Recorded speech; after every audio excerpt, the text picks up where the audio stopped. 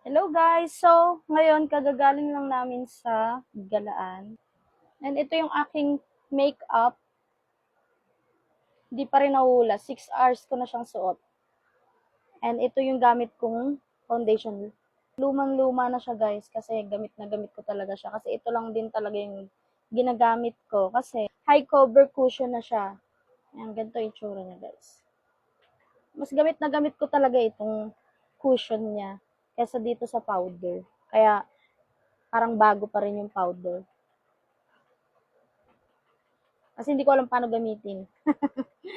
So, kanina tinry ko siya. So, yan. Kita nyo yan, di ba? Poise na poise. I-try natin yung powder niya. Kung yung mga ano na yan is ma-blurred niya. Yung mga shining, shimmering, splendid. Shining, shimmering, splendid na part. Tignan natin kung mako-cover niya. Yan. Pawis yan Hindi ako nagpunas. Ay! Ay, panis. Diba? Dapat pala nagre-retouch, no? Ay, ang galing. Nabura niya yung ano. Oh, oo nga. Dapat pala ganun. Hindi ko kasi alam. Hindi na ako mukhang ano. Nawala yung oily, oh. Nawala yung oil. Grabe, ang galing. Ay, yung ginagamit ko, Try natin sa kabila. Ito yung part na wala. Ito yung meron na.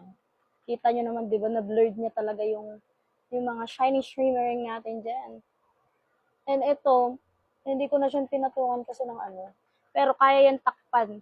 Takpan natin. Hindi ko kasi kinapalan natin. Kaya takpan yung ano na yan, dark spot na yan. Nakuha lang tayo dyan. Kalat natin.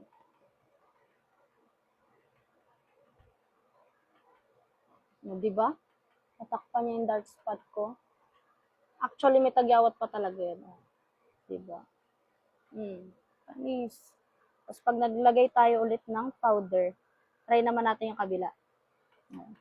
Diba? Shining, shimmering yan. Para ka bang isda dyan. Ba, isda ka ba, girl?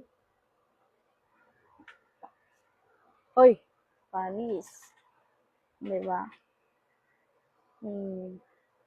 Ganun pala gamitin to. Hindi ko kasi alam. Diba?